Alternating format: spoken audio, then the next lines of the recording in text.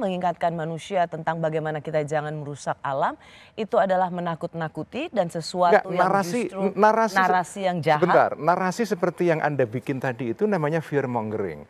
Jadi ada satu mazhab aktivisme lingkungan yang lebih mengedepankan pendekatan yang rasional, reasonable environmentalism. Itu menurut saya jauh lebih tepat karena jadi artinya setuju kepada isu lingkungan diperhatikan, tetapi kita juga harus melihat dampak-dampaknya. Jangan dikira bahwa concern dengan isu lingkungan tidak membawa dampak negatif. Ambil contoh ya, bahwa concern kepada lingkungan yang ekstrim itu juga membawa dampak negatif. Sekarang ini harga listrik di Jerman dan Inggris itu naik berlipat-lipat karena mereka melakukan satu transisi yang terburu-buru kepada energi non-fosil. Mereka tidak mau lagi menggunakan, ya. Persis. Sehingga itu justru juga, Anda ingin mengatakan itu justru memberatkan kehidupan masyarakat. Ada tidak negara yang maju tanpa industri ekstraktif? Nah, menurut saya ada tidak, Gus?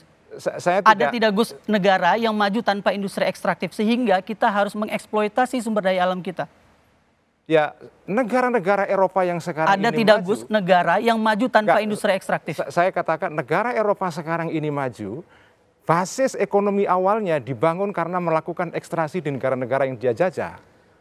Betul, tapi adakah tidak negara yang maju tanpa industri ekstraktif? Nah, negara-negara yang maju sekarang ini di Barat, itu sebetulnya mereka maju dibangun awalnya karena mereka ekstraksi.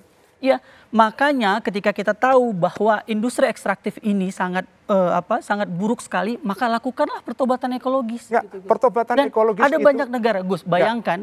Pertobatan ekologis ini menurut saya perlu pada tempat-tempat yang memang tepat.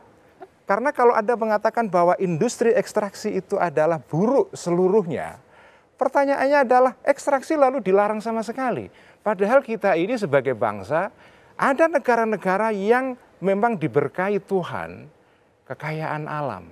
Lalu Anda apakan? Inilah yang disebut sebagai watak das disease, Gus. Ketika orang merasa bahwa ada sumber daya alam di situ, mari kita keruk sehabis-habisnya.